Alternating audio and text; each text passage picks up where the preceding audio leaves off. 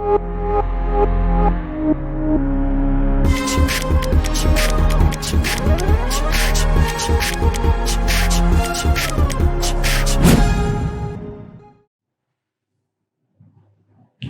Friends, तो अब हम लोग एक बहुत ही ज्यादा इंपॉर्टेंट कॉन्सेप्ट पढ़ने वाले हैं जिसको हम बोलते हैं बफर सॉल्यूशन। ना बफर सॉल्यूशन क्या है? बफर सॉल्यूशन वो सारे सॉल्यूशंस है that resist change in pH. Okay, ये पीएच में चेंज को कैसे रोकता है, कितना रोकता है राइट नाउ, उन सारे चीजों के बारे में हम ध्यान नहीं देंगे। हम सबसे पहले मान लेंगे वो पीएच का चेंज को रेजिस्ट करता है।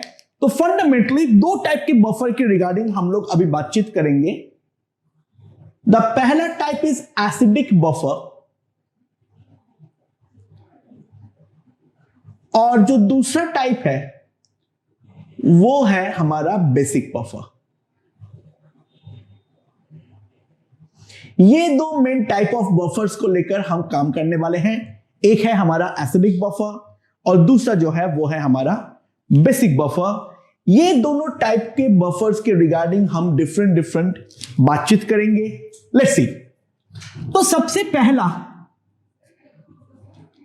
एसिडिक बफर क्या होती है? एसिडिक बफर हम बनाते कैसे हैं?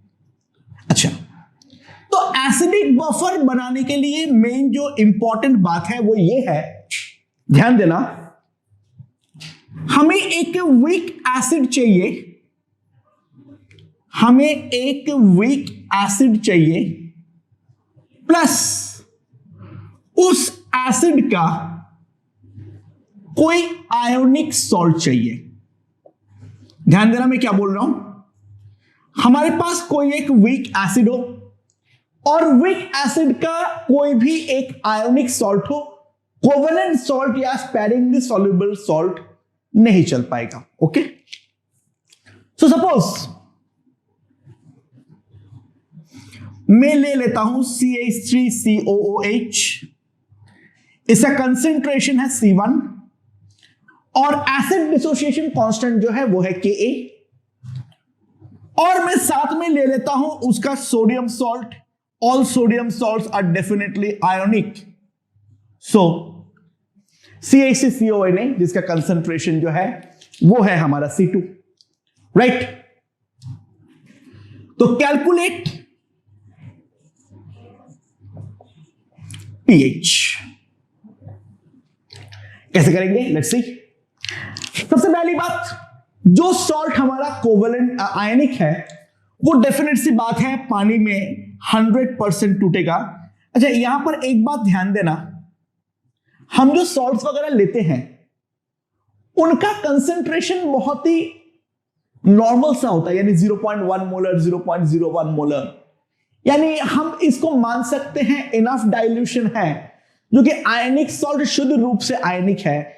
यानी अगर मान लेते हम 10 मोलर ले लेते हैं तो वहां पर शुद्ध रूप से आयनिक रहता नहीं है। हम फजांस रूल के थ्रू जानते तो है ही, जो ऑब्वियस सी बात है, थोड़े बहुत प्रॉब्लम तो आती है।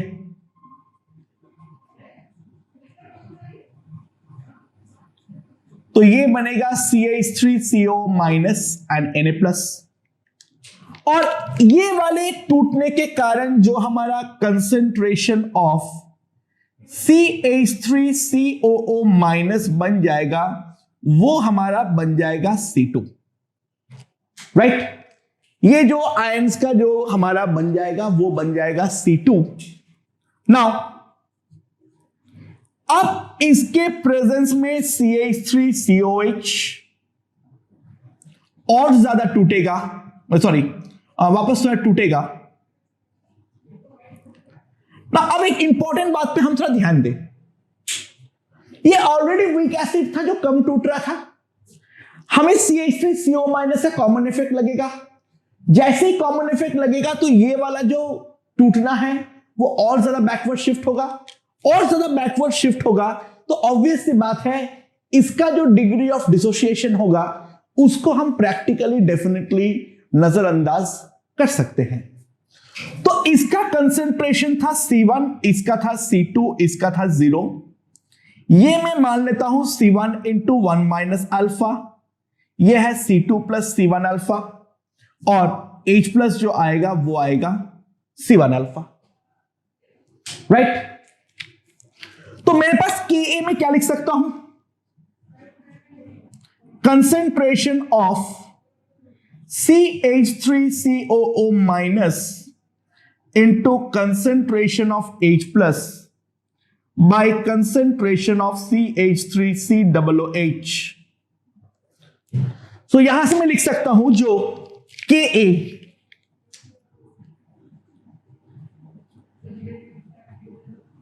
CH3CO माइनस कितना जाएगा, C2 प्लस C1 अल्फा,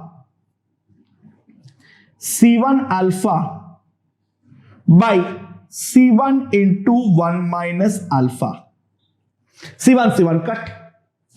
तो अब मेरे पास जो मेन तरीका जो है वो क्या होना चाहिए, हमें यहां पे अल्फा में एक क्वाड्रेटिक बनेगा, उस क्वाड्रेटिक को हम सॉल्व करेंगे और सॉल्व करते हुए हम फाइनल आंसर पे पहुंच जाएंगे। अल्फा आ जाएगा तो डेफिनेटली हमारे पास H प्लस जो है वो भी आ जाएगा। Now suppose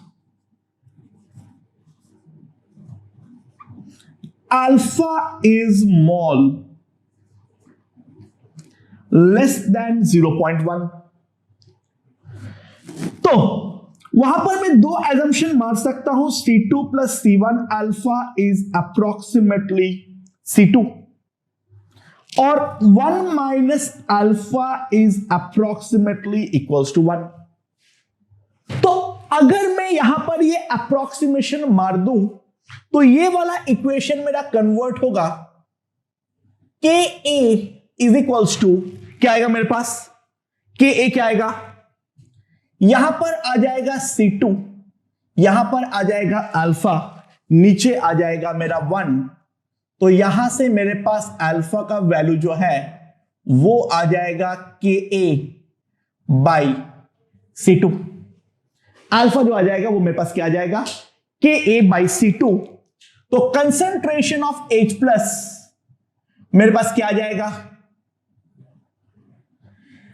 it is equal to nothing but C1 alpha. So C1 alpha that is Ka into C1 by C2।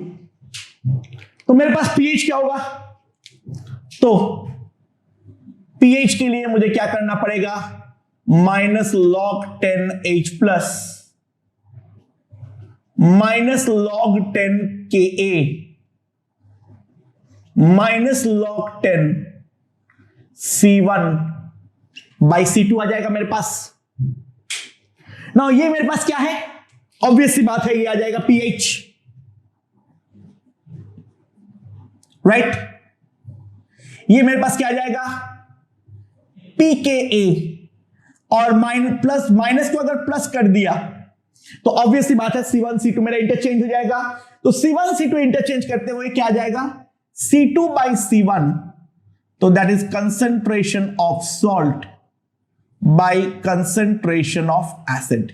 अच्छा बाय द वे एक चीज ध्यान देना, जब हम सॉल्ट बोलते हैं तो सॉल्ट बोलने का मतलब एग्जैक्टली सॉल्ट नहीं होता है, यह होता है उसके कॉन्जुगेट बेस का जो कंसेंट्रेशन है वो। यानी मैं क्या बोलना चाह रहा हूं, मैं ये बोलना चाह रहा हूं जो अगर मान लो मेरे पास मैं सोडियम सॉल्ट के बदले मैं वहां पर मान लो कोई दूसरा डाई एनायनिक फॉर्म ले लूं, ठीक है, समझ में क्या बोलना चाह रहा हूं। तो वहां पर मेन फंडा ये है, जो मेरा सॉल्ट का कंसेंट्रेशन होगा, जो मेरा सॉल्ट का कंसेंट्रेशन होगा, फॉर एग्जांपल मैं मैग्नीशियम ले लिया तो 1 मोल MgCH3CO होल ट्वाइस 2 मोल CH3CO माइनस देगा। तो जो सॉल्ट का कंसेंट्रेशन होगा यहां पर हम पुट करने के दौरान उसको हमें डेफिनेटली इंटू 2 करना पड़ेगा। हमें सॉल्ट के कंसेंट्रेशन से मतलब नहीं है, हमें तो उस एनायन का कंसेंट्रेशन से मतलब है। तो अगर 1 से 2 आ रहा है तो हम डेफिनेटली कॉन्जुगेट बेस का कंसेंट्रेशन को इंटू 2 करना नहीं भूलेंगे, राइट। सो ये मेरे पास आ जाएगा pH। ध्यान रखना है बार बार एक चीज, खतरे से खाली नहीं है ये formula, valid only for alpha less than 0.1। अगर अल्फा 0.1 से छोटा नहीं है तो हम ये फॉर्मूला अप्लाई नहीं कर सकते हैं। तो इसके रिगार्डिंग एक क्वेश्चन देखो कैसे शक्ल के साथ आएगा। Calculate pH of 10 to the power of -2 molar chloroacetic acid plus 10 to the power -2 molar of उसका सोडियम सॉल्ट। क्लोरोएसिटिक एसिड का Ka दे रखा है 10 to the power of -2, यानी वीक तो है लेकिन उतना ज्यादा वीक नहीं है। तो मोस्ट प्रोबेबली यहां पे समस्या आने वाली है। समस्या आ चुकी है। अल्फा Ka/C2 है, Ka 10 to the power -2 है, C2 10 to the power -2 है। तो हम जो P अल्फा निकाल रहे हैं वो तो 1 निकाल रहे हैं, जो कि ऑब्वियसली गलत है, लेकिन अल्फा बड़ा तो डेफिनेटली है, तो फॉर्मूला अप्लाई नहीं कर पाएंगे। ओके, सो मान अगर हम फॉर्मूला अप्लाई कर दें तो pH कितना आ जाएगा मेरे पास। Ka 10 to the power -2 है तो Pk है 2 plus log 10 base salt upon acid, तो ये log 1 हो जाएगा, तो pH आ जाएगा इक्वल्स टू 2। ये फॉर्मूले से हम pH को 2 निकालेंगे, जो शुद्ध गलत है। गलत नहीं, शुद्ध गलत। गलत से भी ज्यादा गलत को हम शुद्ध गलत कहते हैं। मेन बात है ये तो ऑप्शन ए में होगा एग्जाम में, ठीक है, जो कि 0 के बेहतर है -1 दिला पाना, राइट। नाउ लेट्स सी,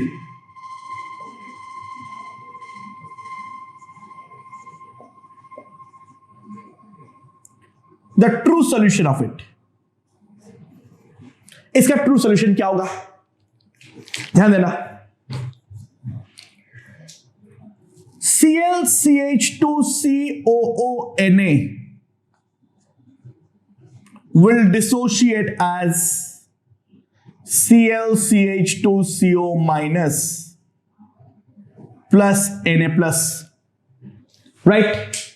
और क्योंकि इसका concentration 10 to the power -2 molar है, तो इसका कंसेंट्रेशन भी 10 to the power of -2 molar आ जाएगा। और अब इस एनायन के प्रेजेंस में मेरा एसिड का डिसोसिएशन होने वाला है, तो ClCH2COOH will be in equilibrium with ClCH2CO minus plus H plus। ये आएगा कि नहीं, जरूर आएगा। ये क्या है 10 to the power -2, ये कितना है 10 to the power -2, ये स्टार्टिंग में कितना है 0, तो ये डिसोशिएट करेगा 10 to the power -2 1 minus alpha, 10 to the power -2 1 plus alpha and 10 to the power of -2 alpha। Ka क्या आएगा, that is 10 to the power -2, this into this by this, 10 to the power -2 alpha into 1 plus alpha by 1 minus alpha।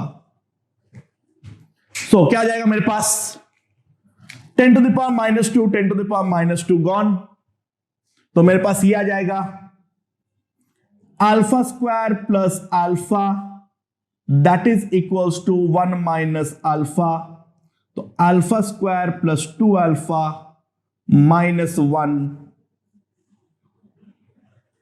that is equals to 0। तो मेरे पास alpha में quadratic आया। अगर ऐसा उसने पंगा क्रिएट किया है तो हमारे पास कोई ऑप्शन नहीं होगा क्वाड्रेटिक को सॉल्व करने के अलावा। क्या आ जाएगा मेरे पास, alpha square plus 2 alpha -1 equals to 0। तो अल्फा क्या आ जाएगा, -2, alpha cannot be negative, so taking the plus, b square plus 4ac, -4ac यहां पे प्लस हो जाएगा, अपॉन 2। सो अल्फा कितना आ जाएगा मेरे पास, √8, that is 2√2, -2 by 2, that is √2 - 1। So obviously बात है, √2 जो है वो है 1.414, तो अगर मैं अप्रोक्सीमेट करूं तो अल्फा मेरे पास अप्रोक्सीमेटली आ जाएगा 0.4। तो अल्फा अगर 0.4 है तो मेरे पास कंसंट्रेशन ऑफ H+ क्या आने वाला है, मेरे पास कंसंट्रेशन ऑफ H+ आने वाला है C अल्फा, दैट इज 4 × 10⁻³ तो pH मेरे पास क्या आएगा, इसका log, so 3 - log 10⁻⁴, 4 is to log 2 is 0.3, so 2 × 0.3 is 0.6। तो अगर मैं कैलकुलेट करूं तो मेरे पास pH का वैल्यू जो है वो आ रहा है 3 that is equals to 2.4। तो सिंपल सी बात है, if alpha is not small, कोई फॉर्मूला कोई अप्रोक्सीमेशन काम नहीं आएगा, क्वाड्रेटिक बनाओ, अदरवाइज गलत होगा ही होगा। तो फॉर्मूला लगाने के पहले एक बार Ka/C2 डेफिनेटली चेक कर लेना वो स्मॉल आ रहा है या नहीं आ रहा है। अगर स्मॉल नहीं आ रहा है तो तुरंत हमें इस वाले मेथड पे आ जाना पड़ेगा, इसके अलावा there is no other way we can solve it. Hope this point is understood. Okay, now after acidic buffer we shall consider basic buffer. Now what is the basic buffer? Basic buffer क्या होता है?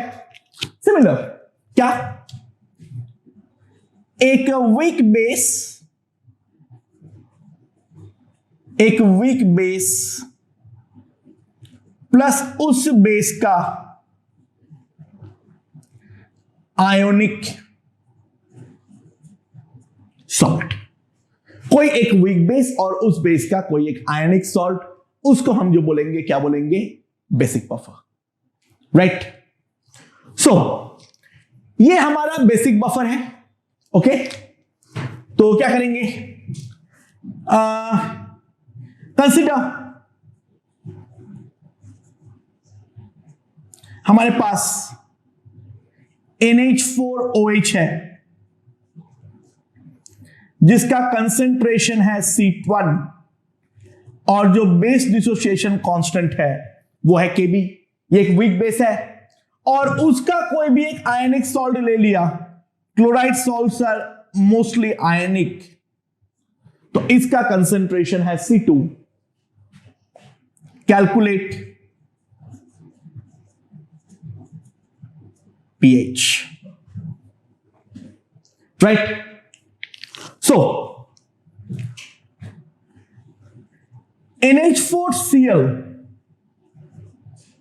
Ionic salt है तो ये 100% dissociate होगा as NH4+ and Cl-। सो यहां पर अगर हम ध्यान दें, सबसे पहले इसका कंसेंट्रेशन बन जाएगा C2। अब ये NH4+ के प्रेजेंस में NH4OH जो है वो हमारा थोड़ा बहुत डिसोशिएट करेगा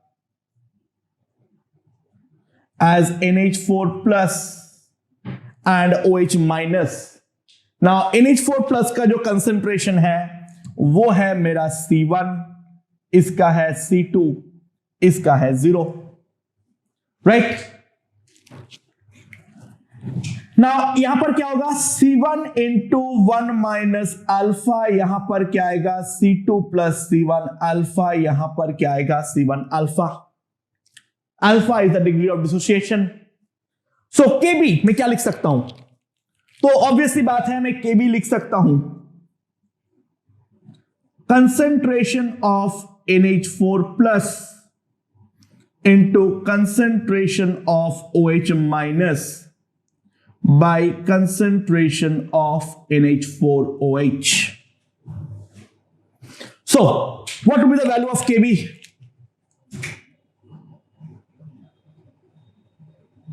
So, Kb equals to, क्या लिख सकता हूं? यहां पर ध्यान दो, NH4 plus, it will be C2 plus C1 alpha, that into C1 alpha by C1 into 1 minus alpha, right? So now C1 is cancelled. C1 is cancelled. अब again हमारे पास जनरल तरीका जो है वो तो एक ही है, वो है हम अल्फा को स्मॉल माने और अल्फा को स्मॉल मान के क्या करेंगे, नेग्लेक्ट करेंगे, या तो फिर अगर वो स्मॉल नहीं निकले तो इन दैट केस हम क्वाड्रेटिक बनाएंगे. तरीका यही है, इसके अलावा कुछ अलग तो नहीं है यहां पर. सो मान लेते हैं एक बार, लेट अल्फा बी स्मॉल. तो अल्फा अगर मेरा स्मॉल है तो सिंपल सी बात है, मेरे पास क्या आ जाएगा, KB C2 into alpha divided by 1. So alpha equals to आ जाएगा KB by C2. ये मेरे पास अल्फा आ गया, राइट? तो ये जो अल्फा है, अब इससे मैं क्या निकालूंगा, OH माइनस. तो कंसेंट्रेशन ऑफ OH माइनस मेरे पास क्या आ जाएगा, C1 alpha, that is equals to KB into C1 by C2. ये मेरे पास KB आ जाएगा OH माइनस. और सिमिलरली अगर हम लॉग ले ले तो अब मेरे पास क्या आ जाएगा, POH क्या आ जाएगा, PKB minus log 10 C1 by C2. सो इसको अगर मैं उल्टा कर दूं यानी प्लस कर दूं बीच में, तो मेरे पास POH आ जाएगा PKB प्लस लॉग 10 बेस में सॉल्ट अपॉन बेस. ये मेरे पास क्या आ गया, POH, राइट?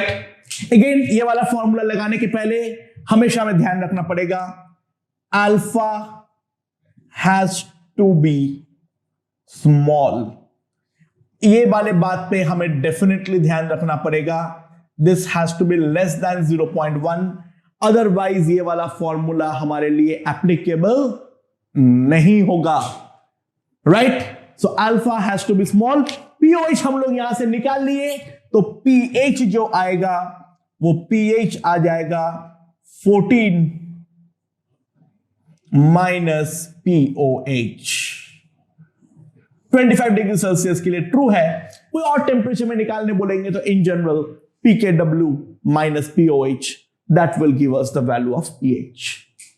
सो कुल मिला के पहली बात तो इतनी सी है, जो बफर हम किस तरीके से बनाते हैं उसके रिगार्डिंग बातचीत हम लोगों का यहां पर कंप्लीट हो चुका है, राइट? अब how buffer works, why it works, will see, right? लेकिन पहले इतने बात समझना तो हमारे लिए जरूरी है. दो बेसिक बफर है, एसिडिक बफर और बेसिक बफर. हां, सॉल्ट चैप्टर में मैंने एक चीज पढ़ाया हूं, सॉल्ट बफर, उसको बात के लिए रखते हैं, राइट? कोई बात नहीं. ओके, तो लेट्स कंसीडर अ क्वेश्चन. उसमें क्या है हमारे पास 1 लीटर बफर सॉल्यूशन है ऑफ CH3COOH प्लस CH3COONA. ठीक है, ये हमारे पास है. ये है 0.1 मोलर. के ए जो है वो है 10 to the power -5 और CH3CONA जो है इसका भी कंसेंट्रेशन जो है वो है 0.1 मोलर, राइट। अब क्या है इसमें 0.04 moles of NaOH is added. Calculate the change in pH, that is delta pH. हमारा pH में कितना ज्यादा बदलाव होने वाला है। ओके, तो कैसे करने वाले हैं हम लोग, लेट्स सी। अच्छा, ऑब्वियस सी बात है, इनिशियल वैल्यू ऑफ pH कितना होगा मेरे पास, it is pKa minus log 10 to the power -5 plus log 10 base में concentration of salt by concentration of acid। तो ये मेरे पास 1 होके तो 0 हो जाएगा, log 1 is 0। तो इनिशियल वैल्यू ऑफ pH जो आएगा that will be equals to 5। Okay, तो ये मेरे पास इनिशियल वैल्यू ऑफ pH आ गया है। अच्छा, जैसे ही NaOH डालूंगा तो सबसे पहले क्या होगा, ध्यान देना, CH3COOH जो कि एक एसिड है, उसके साथ NaOH तुरंत रिएक्ट करेगा और रिएक्ट करके बनाएगा CH3COONA प्लस वाटर। यानी जो एसिड है वो तुरंत बेस के साथ रिएक्ट करेगा और रिएक्ट करके बनाएगा सॉल्ट प्लस वाटर। इस पे ध्यान देने वाली बात यह है, जो टाइट्रेशन रिएक्शंस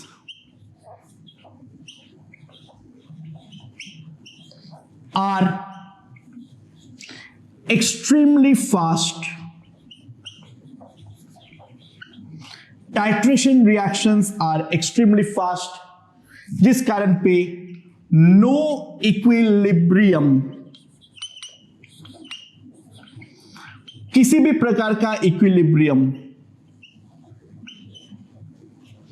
exists.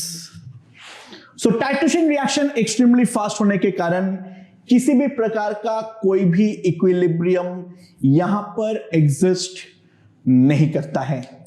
तो किसी भी प्रकार का अगर इक्विलिब्रियम एग्जिस्ट नहीं करता है तो सिंपल सी बात यह है, जो मेरा NaOH है, क्योंकि ये लिमिटिंग रिएजेंट है, ये 0.04 मोल्स है हमारे पास, राइट, और ये दोनों, ये एसिड जो है वो 0.1 मोल है, 1 लीटर बफर सॉल्यूशन है। तो सिंपल सी बात है, after titration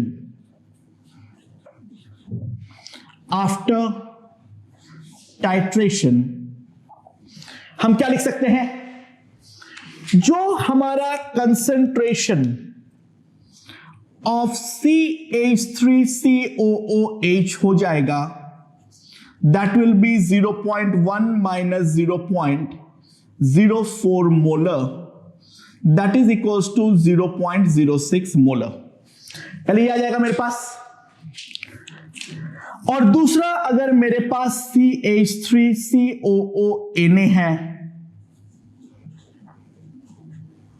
तो वो मेरे पास कितना आएगा, ध्यान देना, वो मेरे पास सिंपली आ जाएगा 0.1 प्लस 0.04 जितना पैदा हुआ है, and that will be simply equals to 0.14 molar, right? तो मेरे पास सॉल्ट का नया कंसंट्रेशन कितना आ गया है, 0.14, और मेरे पास एसिड का नया कंसंट्रेशन कितना आ गया है, 0.06 मोलर। तो जो मेरे पास फाइनल वैल्यू ऑफ pH आएगा वो कितना आएगा, pKa वो तो हमने निकाल लिए हैं 5 प्लस log 10 बेस में 0.14 बाय 0.06, तो कितना आ जाएगा मेरे पास? 5 प्लस log 10 बेस में 7/3. So that is the final value of pH.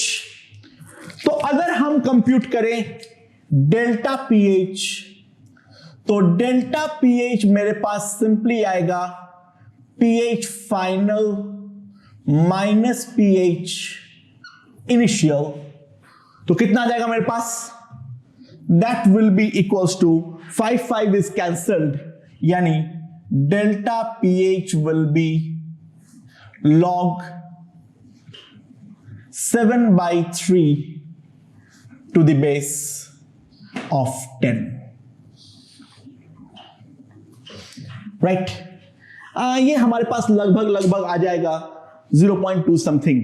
ठीक है, 0.3 समथिंग. वैल्यूज चाहे जो भी हो, ये हमारा डेल्टा pH है. राइट अच्छा ध्यान देना, 0.04 मोलर NaOH मजाक नहीं है. हमने एसिड को 40% लेवल पे टाइट्रेट करने का ट्राई किए, और जब 40% टाइट्रेट किए तो उस पर भी जो pH पे बदलाव आया है, ध्यान देना, वो 0.3 टाइप्स आया है. मतलब एक बात को हम समझने का ट्राई करें, जो buffers try to resist change in pH. यानी हमारे पास जो भी बफर होगा वो pH में किसी भी प्रकार के बदलाव लाने को रोकने का कोशिश करेगा. तो अब अगर हम लोग ध्यान दें, अगर यहां पर ध्यान दें, तो हर बफर का एक कैपेसिटी है जो वो उस pH का चेंज को रोकने का कोशिश कर सकते हैं. हर बफर ऑब्वियस सी बात है इक्वल अमाउंट पे उसको रोक नहीं पाएगा. तो for that we will define a new term that is called buffer capacity. अच्छा, बफर कैपेसिटी का डेफिनेशन को बहुत ढंग से, शांति से हमें देखना पड़ेगा. वो क्या है? ध्यान देना, वो ये है, हमारे पास 1 लीटर बफर सॉल्यूशन लेना पड़ेगा. पहली बात है, हमारे पास जो बफर सॉल्यूशन है वो 1 लीटर होना चाहिए. तो number of moles of strong acid, number of moles of strong acid या फिर strong base that has to be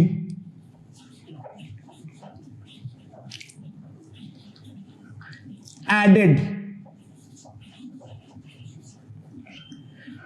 to the buffer. 1 litre buffer solution में जितना मोल हमें स्ट्रॉन्ग एसिड या स्ट्रॉन्ग बेस डालना पड़ेगा without changing its volume, without changing its volume, is called buffer capacity.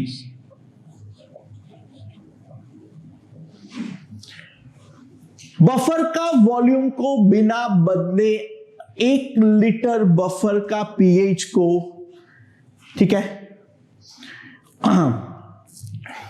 sorry, without changing its volume, to change pH by 1 unit is called buffer capacity। यानी क्या है, इसके अंदर जो इंपॉर्टेंट वर्ड्स है उन इंपॉर्टेंट वर्ड्स पे पहले ध्यान देना। हमारे पास 1 लीटर बफर सॉल्यूशन होना चाहिए। हमें जो डालना पड़ेगा वो स्ट्रॉन्ग एसिड या स्ट्रॉन्ग बेस डालना पड़ेगा और उसका वॉल्यूम में कोई बदलाव नहीं होना चाहिए और उसका पीएच में 1 यूनिट का बदलाव होना चाहिए। उस चीज को हम बोलते हैं उस बफर का बफर कैपेसिटी। तो if delta n moles of strong acid oblique base is added, हमने डेल्टा n मोल स्ट्रॉन्ग एसिड या बेस डाला, pH changes by delta pH। pH पे जो बदलाव हुआ है वो कितना हुआ है, by an amount of delta pH। तो बफर कैपेसिटी जो आएगा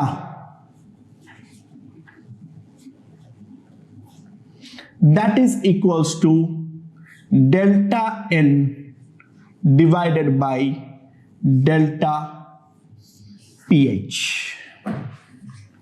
यह है हमारा बफर कैपेसिटी का डेफिनेशन। एंड अगर हमें इंस्टेंटेनियस बफर कैपेसिटी चाहिए, this will be equals to dn by dpH। यानी पीछे वाले क्वेश्चन में अगर मैं देखूं इस वाले क्वेश्चन में, तो बफर कैपेसिटी मेरे पास कितना आएगा, जो मैं 0.04 मोल्स बेस ऐड किया था स्ट्रॉन्ग, और मेरा पीएच पे जो बदलाव आया है वो कितना आया है, 7/3 to the log to the base 10। Now इतना पीएच का चेंज होता है 0.04 मोल के कारण, तो पीएच में 1 यूनिट में चेंज आएगा 0.04 डिवाइडेड बाय इसके कारण। ये होगा हमारा बफर कैपेसिटी। और ध्यान देना, बफर कैपेसिटी हमेशा पॉजिटिव है, तो एक बार हम इस पूरे चीज में डेफिनेटली मॉड लगा लेंगे। ओके, तो क्यों ना हम एक काम करें, जो हमारे पास स्टैंडर्ड बफर सॉल्यूशन होता है, यानी what is mean by standard buffer solution, मेरे पास है CH3 COOH plus CH3 COONA। ठीक है, मैं इस पर NaOH ऐड करूंगा और इसके वॉल्यूम में कोई बदलाव नहीं लाके, यानी बेसिकली हम सॉलिड NaOH डालने वाले हैं, जिससे कि हमारा वॉल्यूम में कोई चेंज नहीं आने वाले हैं। अच्छा दोस्तों, एक बात ध्यान देना, एक CH3COH से, क्योंकि एक CH3CON माइनस यानी CHCONA पैदा होता है, तो दोनों का जो टोटल कंसेंट्रेशन है वो हमारा हमेशा फिक्स ही रहने वाला है। तो ध्यान देना, concentration of CH3COOH plus concentration of CH3COONA जो है वो मेरा C के इक्वल होने वाला है, हाँ कि ना? राइट, इस बात को आप पहले समझ ले। ठीक है, देख ले यहां पर एक बार, पहले इन दोनों का सम कितना था, 0.1 प्लस 0.1 0.2 था, और बाद में कितना हो गया 0.06 प्लस 0.14, अभी भी ये 0.2 ही है। ऑब्वियस सी बात है, कंजर्वेशन ऑफ मोल्स एक दूसरे में इंटर कन्वर्ट हो रहा है, बट टोटल मोल्स पे डेफिनेटली कोई बदलाव नहीं होगा। और ये वाले बफर का वॉल्यूम को मैं 1 लीटर मान लेता हूं, ठीक है। बफर कैपेसिटी चाहिए तो डेफिनेट सी बात है मुझे ये वाला बफर 1 लीटर तो मानना ही पड़ेगा। तो किसी एक इंस्टेंट पे मान लेता हूं इसका कंसंट्रेशन x है, तो इसका कंसंट्रेशन जो है वो हो जाएगा मेरे पास C माइनस एक्स। तो राइट नाउ इसका जो pH होगा दोस्तों, ये pH में लिख सकता हूं या नहीं? This is pKa plus log 10 base में x by C minus x, ये आ जाएगा मेरे पास। Now let dx moles of NaOH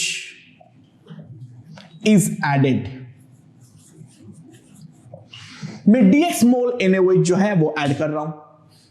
1 litre का वॉल्यूम है तो ऑब्वियस सी बात है dx मोल NaOH dx मोल CH3COOH को टाइट्रेट करेगा और पलट के dx mole of CH3CO Na पैदा करेगा। तो NaOH को ऐड करने के बाद जो CH3COO Na का कंसंट्रेशन होगा that will be x plus dx and concentration of CH3COOH जो होगा that will be C minus x plus dx, right? तो अब जो मेरे पास pH होगा, ऑब्वियसली बात है मैं बेस डाला हूं तो मेरा pH में एक मामूली सा इंक्रीमेंट तो डेफिनेटली होने वाला है। तो उसको मैं लिख देता हूं pH increases by a very small amount, और जो नया pH होगा वो है pH प्लस dpH, और वो कितना आ जाएगा? pKa प्लस log 10 बेस में x plus dx by C minus x plus dx। Okay, तो अब अगर मैं इन दोनों को सब्सट्रैक्ट करता हूं तो इन दोनों को सब्सट्रैक्ट करने के बाद dpH कितना होने वाला है मेरे पास? pK is cancelled out, तो what I will get? It is log 10 base में x plus dx by C minus x plus dx minus log 10 base में x by C minus x, ये मेरे पास आ जाएगा। ओके, तो अगर मैं देखूं this is equals to log 10 base में x plus dx by x minus log 10 base में C minus x minus dx by C minus x। So dpH will be log 1 plus dx by x minus log 10 base में 1 minus dx by C minus x। अच्छा, log और ln में एक relation हमें मालूम होनी चाहिए, वो क्या है? एक बात हम ध्यान रखें, ln x equals to 2.303 into log x to the base 10, ये पहला चीज। और दूसरा और एक इंपॉर्टेंट रिजल्ट जो ना केवल केमिस्ट्री में साथ ही साथ फिजिक्स में भी बहुत ज्यादा इंपॉर्टेंट होता है, वो ये है ln of 1 plus x is approximately equals to x if x is small. अगर x मेरा छोटा है तो ln 1 प्लस x को मैं अप्रोक्सीमेटली x मान सकता हूं. तो दोस्तों यहां पर से अगर मैं वापस आऊं तो मेरे पास क्या आ जाएगा, dph. अच्छा, मैं 2.303 से डिवाइड कर दे रहा हूं, तो मैं अगर यहां पर लिख देता हूं 1/2.303, तो 2.303 से जैसे ही मल्टीप्लाई करूंगा तो ये कन्वर्ट होगा ln 1 plus dx by x पे. एंड सिमिलरली ये वाला चीज जो है वो मेरा कन्वर्ट होगा ln 1 minus dx by c minus x पे. ओके, तो नाउ अगर हम देखें यहां पर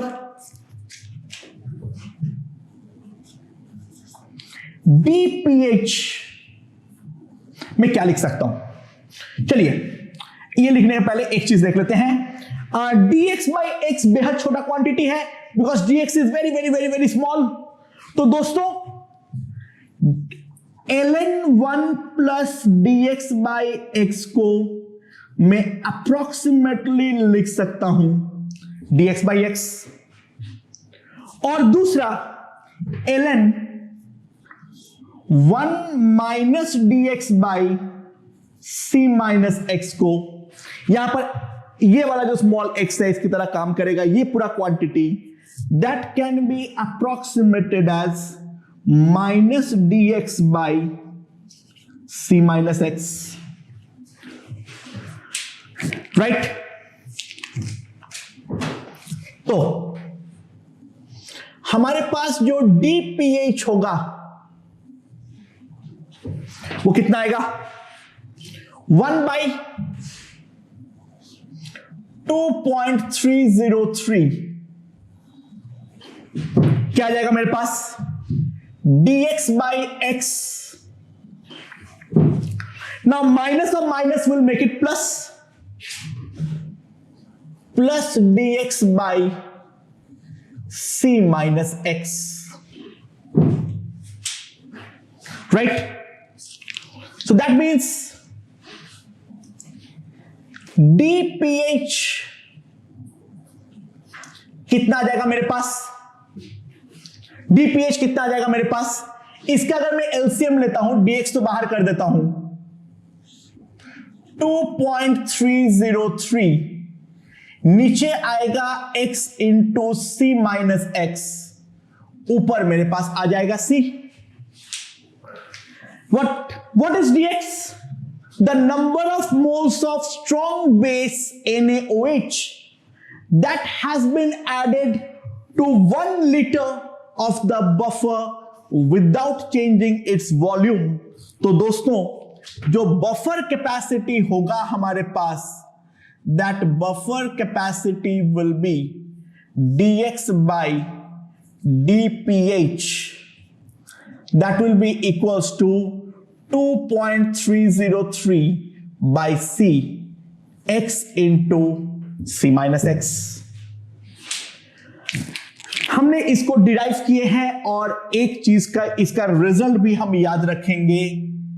जो हमारा बफर कैपेसिटी होती है वो है 2.303 by c. c क्या होता है, the total concentration of salt and acid, जो ऑब्वियस सी बात है वॉल्यूम पे अगर बदलाव नहीं लाएंगे तो वो हमेशा कांस्टेंट रहेगा, into concentration of salt into concentration of acid. Obviously बात है हमने यहां पर एसिडिक बफर के लिए डिराइव किए हैं. अगर हम बेसिक बफर के लिए डिराइव करेंगे तो सिमिलरली मेरे पास आएगा 2.303 by c into concentration of salt into concentration of base. Basic buffer के लिए वही आएगा, राइट? हम बेसिकली हर चीज को डिराइव एसिडिक के लिए करते हैं। बेसिक के लिए उसका कॉरोलरी हमेशा ही हमारा वैलिड रहने वाला है, राइट? अच्छा, अब एक चीज देखते हैं। नाउ ध्यान देना, x plus c minus x by two, x plus c minus x by two is greater than or equals to x plus x into c minus x का अंडर रूट। क्यों? क्योंकि am जो है that is greater than or equals to gm, जो मेरा arithmetic mean है वो मेरा हमेशा ज्योमेट्रिक मीन से बड़ा या फिर इक्वल होती है। तो अगर मैं इस चीज को देखूं, x into c minus x is less than और equals to c by two का whole square, which is equals to c square by 4। तो अगर ये चीज हम लोग कंसिडर करें तो बफर कैपेसिटी का मैक्सिमम वैल्यू जो आएंगे that will be equals to 2.303 by C into C square by 4, that is equals to 2.303 C by 4। और ये मैक्सिमम बफर कैपेसिटी कब होगा? जब एम हमारा जीएम के इक्वल होगा। एम और जीएम कब इक्वल होता है? जब दोनों क्वांटिटी होते हैं इक्वल, मतलब एक्स होगा सी माइनस एक्स, यानी concentration of acid must be equals to concentration of salt. Therefore, buffering is a maximum. Buffering is a maximum when pH is equals to pKa. Obviously basic buffer के लिए क्या होगा? Basic buffer के लिए क्या लिखेंगे? जब POH PKB के इक्वल होगा, यानी वो भी लिख दे रहा हूं मैं।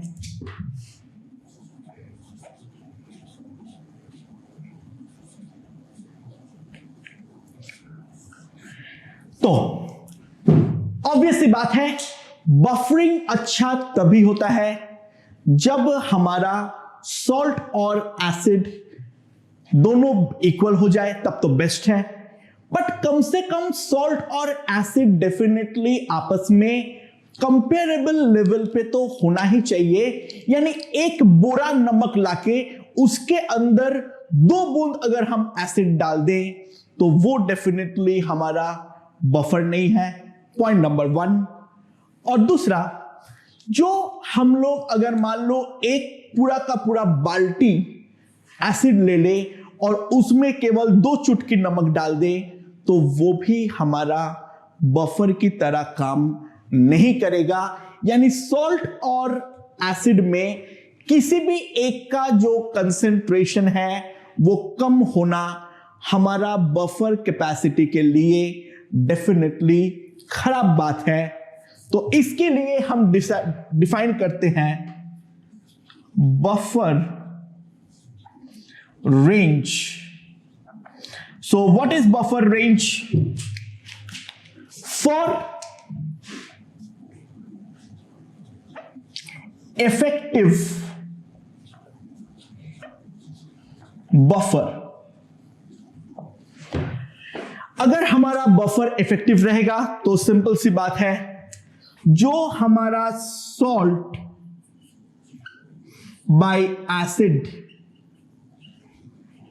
होना चाहिए वो एक दूसरे का 10 गुने के अंदर होना चाहिए, यानी salt bye acid at max 10 हो और मिनिमम 0.1 हो, तभी हम उसको बफर कंसीडर करेंगे, अदरवाइज हम उसको बफर कंसीडर नहीं करने वाले हैं। मतलब व्हाट वी मीन टू से इज, ऑब्वियसली बात है, अगर हम इसको 10 लेंगे तो pH कितना आएगा, pKa plus log 10 to the base 10, 10 to the base 10 is 1, यानी pH जो है उसका मैक्सिमम वैल्यू आएगी pKa प्लस 1, और मिनिमम के लिए 1/10 हो।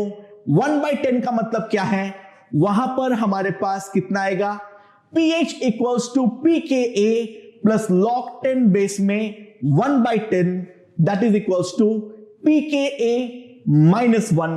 तो बफर जो है वो हमारा एक्टिव रहेगा इस pH के रेंज में, जहां पर pH इक्वल्स टू pKa में मैक्सिमाइज होगा, and this is called our buffer range. तो बेसिकली अगर मैं बफर कैपेसिटी का ग्राफ ड्रॉ करूं, जल्दी से एक बार बफर कैपेसिटी का ग्राफ ड्रॉ कर लेते हैं। एक्स वर्सेस बफर कैपेसिटी, छोटा सा ही ग्राफ है।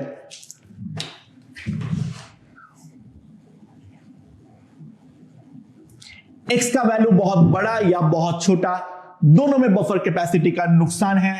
बफर कैपेसिटी हमारा मैक्सिमाइज होगा जब डेफिनेटली एक्स मेरा c/2 के इक्वल है तब। तो यहां पर हम लोगों ने बफर कैपेसिटी के बारे में सारे के सारे डिस्कशन कर चुके हैं। आई होप बफर किस तरीके से हमारा pH चेंज को रेजिस्ट करता है वो यहां से हमारा पूरा का पूरा क्लियर हो चुका है। I hope this point is perfectly understood. बस बफर कैपेसिटी के डेफिनेशंस में जितने भी इंपॉर्टेंट पॉइंट्स थे वो इंपॉर्टेंट पॉइंट्स को हमें डेफिनेटली नजरअंदाज नहीं करना है। ओके